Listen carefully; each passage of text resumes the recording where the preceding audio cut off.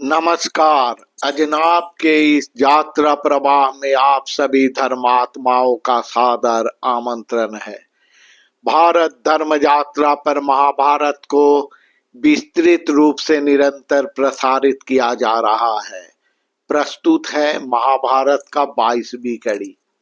पिछले कड़ी में हम लोग जाने किस प्रकार नहुष को अपने जन्म वृत्तांत तथा अपने माता पिता के विषय में ज्ञात होता है। सारी विषय को जानने के पश्चात नहुष हुंडू दानव को मारने के लिए निकल पड़ते हैं। हुंडू दानव के साथ नहुष का भीषण युद्ध हुआ। युद्ध में हुंडू दानव पराजित हुआ और मारा गया।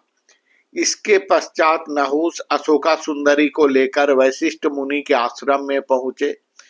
वशिष्ठ मुनि ने शास्त्रोचित पद्धति से दोनों का विवाह संपन्न करा दिए और अपने माता पिता के पास जाने का अनुमति प्रदान किए। नहुष और अशोका सुंदरी मुनि को प्रणाम किए तथा प्रतिष्ठानपुर की ओर प्रस्थान किए।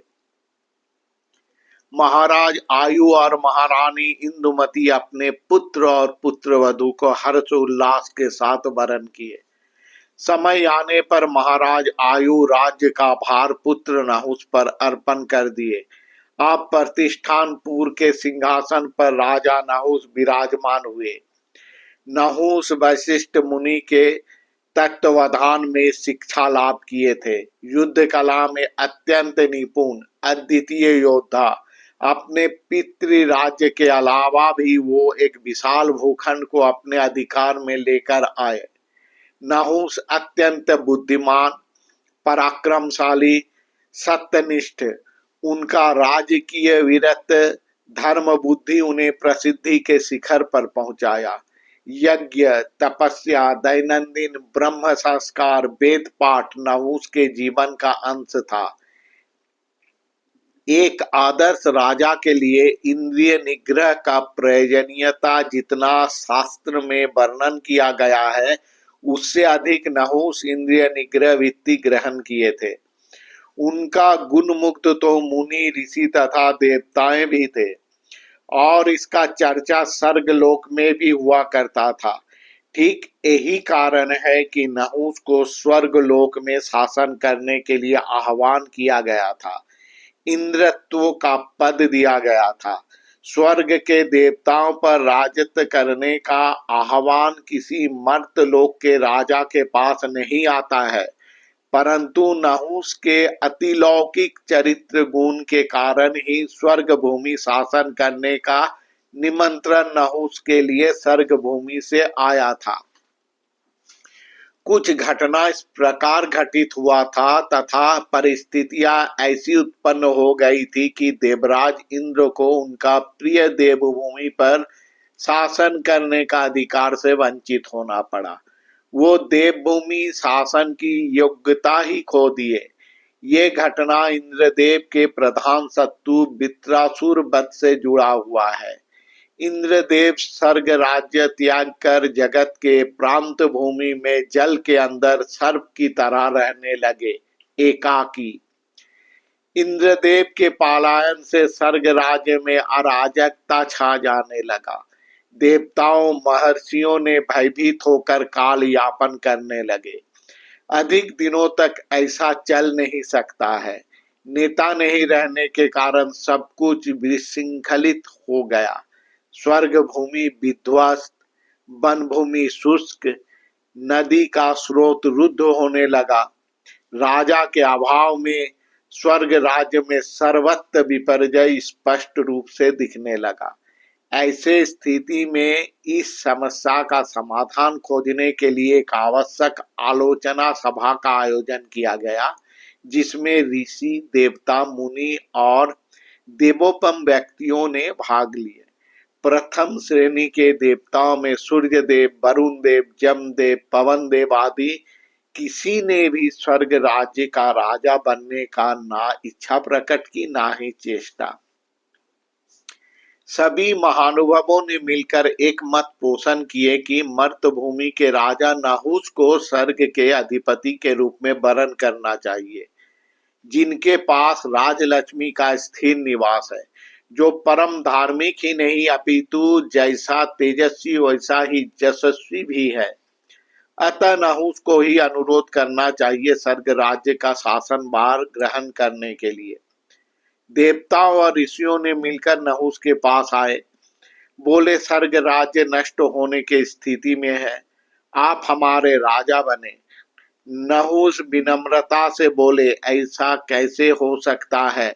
मैं मर्तभूमि का राजा, मुझ में वो शक्ति नहीं है जिसमें मैं स्वर्ग का देवता तथा देवर्षियों का प्रतिपालन कर सकता हूँ।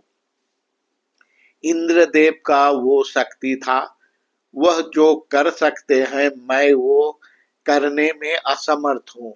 उपजाचक देवताओं और ऋषियों ने बोले, हम अपने अपने तपस्या की शक्ति आपको देंगे। देवताओं ने अपने दैव शक्ति देकर आपको शक्तिमान बनाएंगे। सभी का तेज से तेजवान होकर आप स्वर्ग राज्य का नृपति का पद को ग्रहण कीजिए। आपको भयभीत होने की आवश्यकता नहीं है।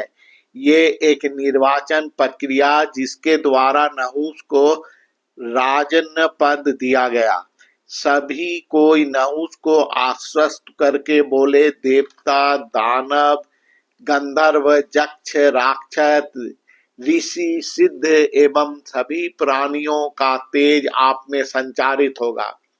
आप उस तेज से तेजियान होकर धर्म सम्मत रूप से जगत को रक्षा कीजिए देवताओं को, रक्षा कीजिए ऋषियों को।